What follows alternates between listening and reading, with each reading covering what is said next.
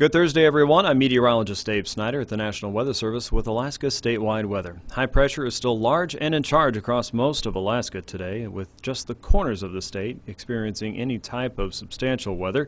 Low pressure across the western Bering at 987 millibars has a cold front attached to it, and as that is swinging through the central part of the Aleutian chain, the winds are coming up a little bit more for places like Dutch Harbor and Atka, still on the eastern side of the storm. To the west, the clouds are scattering out a little bit more, and gales will be with the western part of the chain, at least through Friday there and into the western Bering. So if you're sitting out over the open water tonight in the western Bering, probably hold on to the wheel just a little bit longer. Across the northern Arctic coast, pockets of rain and snow are falling there. Areas of low clouds are to be expected through the next 24 hours as high pressure is camped right over Barrow. A wave of low pressure traveling on the north side of a southern Gulf of Alaska low will keep a few clouds going across the middle Yukon Valley. As those travel to the west, don't expect a whole lot to fall from them.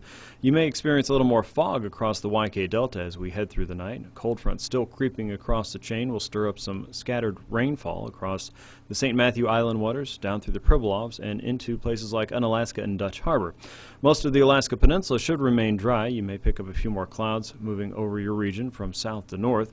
Troughs of low pressure moving across the Gulf of Alaska might kick up a few rain showers there. Most of those seem to miss Kodiak Island as we go through Friday afternoon. And if you're looking south from Ketchikan and Annette, an occlusion working northward will slowly bring in more clouds from south to north, though once again most of the rain seems to stay out of your region.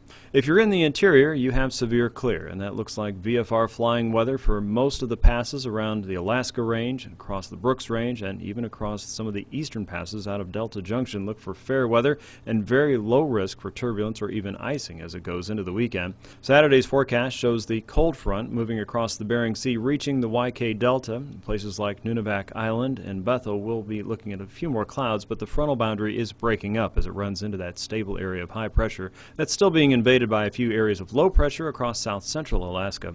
That means a few more clouds more than anything else. Very light winds and pretty dry weather will continue as we head into the last weekend of March. Periods of rain and snow showers might develop just west of places like Heidelberg as we head into Saturday. Other than that, it looks like a beautiful weekend to start.